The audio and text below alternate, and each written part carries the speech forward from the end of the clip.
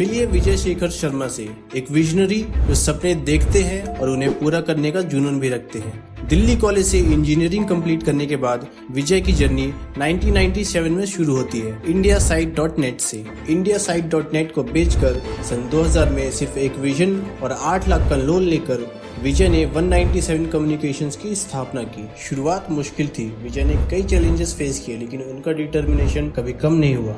उन्होंने 197 कम्युनिकेशंस को अपनी मेहनत और विजन से स्टैब्लिश किया। 10 साल की मेहनत के बाद सन 2010 में पेटीएम लॉन्च हुआ। इनिशियली ये सिर्फ एक मोबाइल और डीटीएच रिचार्ज प्लेटफॉर्म था, लेकिन विजय के सपने कुछ और ही थे। जल्द ही debit card, credit card, postpaid और लैंडलाइन बिल पेमेंट जैसी फीचर्स ऐड किए गए और पेटीएम का इकोसिस्टम ग्रो करने लगा। ग्रोथ स्टेडी थी, लेकिन फिर 2014 में एक मॉन्यूमेंटल स्टेप लिया गया। 2014 में पेटीएम वॉलेट इंट्रोड्यूस किया गया। ये एक रिवोल्यूशनरी स्टेप था। पहली बार लोगों के पास एक सिक्योर डिजिटल ऑप्शन था और अपना पैसा स्टोर करना और वेरियस पेमेंट्स करने के लिए ये एक गेम चेंजर था जो लोगों के डेली लाइफ का हिस्सा बन गया। 2014 से 2015 के बीच पेटीएम के रजिस्टर्ड यूजर्स 1.18 करोड़ से बढ़कर 10.4 करोड़ हो गए। ये एक फिनोमिनल सक्सेस था जो सबके लिए इंस्पिरेशन बन गया। लेकिन असली ब्रेक थ्रू 2016 में आया, जब इंडियन गवर्नमेंट ने अनाउंस किया कि पुराने नोट्स 8 नवंबर के बाद इनवैलिड हो जाएंगे। इस डिक्लेरेशन के बाद पूरे देश में केओस मच गया और कैश क्रंच सबको अफेक्ट करने लगा। इस कैश क्राइसिस के बाद पेटीएम एक लाइफलाइन बनकर उभरा। विजय और उनकी टीम ने इस गोल्डन अपॉर्चुनिटी को ग्रैब किया और पेटीएम वॉलेट को प्रमोट करने के लिए एक मैसिव एडवर्टाइजिंग कैंपेन लॉन्च किया, पेटीएम करो टैगलाइन के साथ। ये कैंपेन एक इंस्टेंट हिट बना और लोग डिजिटल पेमेंट्स की तरफ शिफ्ट होने लगे। रिजल्ट, पेटीएम भारत में डिजिटल पेमेंट्स का सिनोनिम बन गया। एक छोटी सी टैगलाइन, पेटीएम करो, हर घर में गूंजने लगी। आज पेटीएम सिर्फ एक प्लेटफॉर्म नहीं बल्कि एक कॉम्प्रिहेंसिव फाइनेंशियल सॉल्यूशन बन चुका है। विजय और उनकी टीम के एफर्ट्स ने न केवल एक कंपनी को सक्सेस दिलाई बल्कि भारत को एक डिजिटल रेवोल्यूशन की तरफ लेकर गए।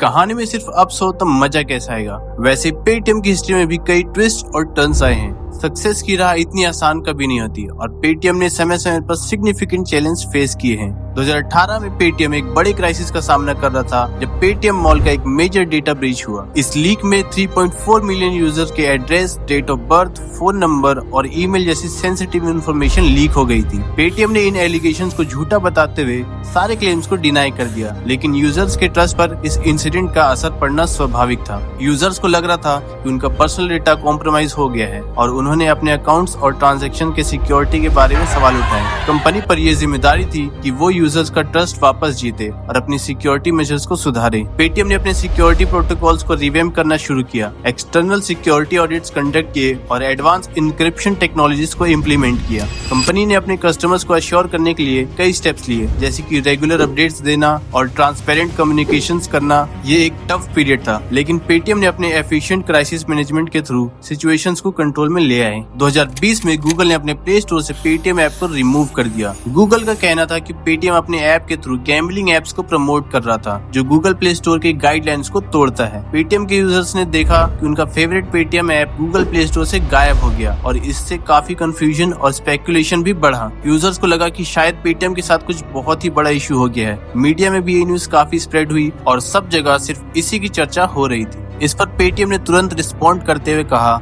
हम गूगल के साथ काम कर रहे हैं पेटीएम ऐप को प्ले स्टोर पर लाने के लिए। पेटीएम आश्वासन देता है कि सभी अकाउंट सेफ है और उनकी सारी सर्विसेज काम कर रही हैं। पेटीएम ने यूजर्स को अश्योर किया कि उनका डेटा और ट्रांजैक्शन सेफ है। उन्होंने गूगल के साथ मिलकर इस इश्यू को रिजॉल्व करना शुरू किया। यह रिमूवल ज्यादा देर के लिए नहीं था, क्योंकि कुछ ही घंटों के बाद पेटीएम ऐप वापस प्ले स्टोर पर आ गया।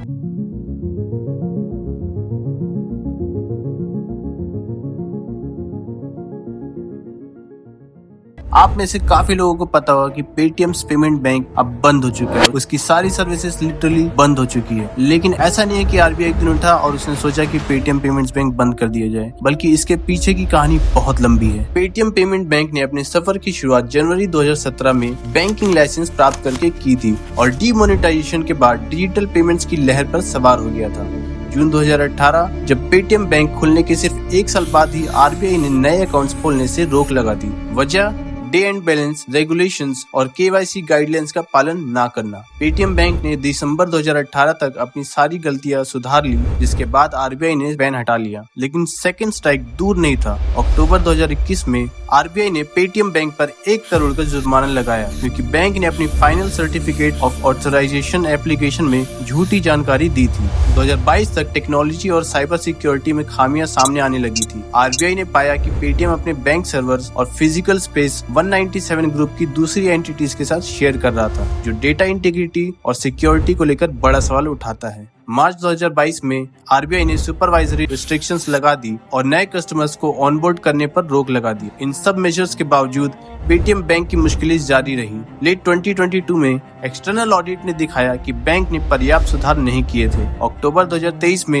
RBI ने 5.39 करोड़ का भारी जुर्माना लगाया KYC नॉर्म सही से फॉलो न करने पर। फरवरी 2024 पर लगातार नॉन कंप्लायंस और रेगुलेटरी स्टैंडर्ड्स को पूरा न करने पर RBI ने पेटीएम पेमेंट बैंक्स को सिवियरली रिस्ट्रिक्ट कर दिया। बैंक को नए डिपॉजिट लेने से मना कर दिया गया और 15 मार्च 2024 तक सारी सर्विसेज बंद करने की डेडलाइन दे दी गई। 330 मिलियन से ज्यादा डिजिटल वॉलेट अकाउंट्स के साथ इस फैसले ने अनेक यूजर्स और मर्चेंट्स को प्रभावित किया, जो अपने डेली ट्रांजैक्शंस के लिए पेटीएम बैंक पर निर्भर थे। अन्य बैंक के साथ कोलैबोरेशन की कोशिश के बावजूद इसका असर बहुत भारी पड़ा और पेटीएम के सारे शेयर्स में गिरावट आई। पेटीएम बैंक की कहानी एक कड़वा याद दिलाती है कि बैंकिंग सेक्टर में रूल्स एंड रेगुलेशन फॉलो करना कितना इम्पोर्टेंट है। आगे चलकर ये सभी डिजिटल बैंकिंग एंटिटीज के लिए एक लेसन बन गया है कि इनोवेशन और रेगुलेशन के बीच बैलेंस बनाना क्रूशियल है। वीडियो एंड तक देखने के लिए बहुत बहुत शुक्रिया। अगर आपको ये वीडियो पसंद आई हो तो लाइक करें, सब्सक्राइब करें चैनल को और अपने दोस्तों के साथ ज़्यादा से ज़्यादा शेयर करें।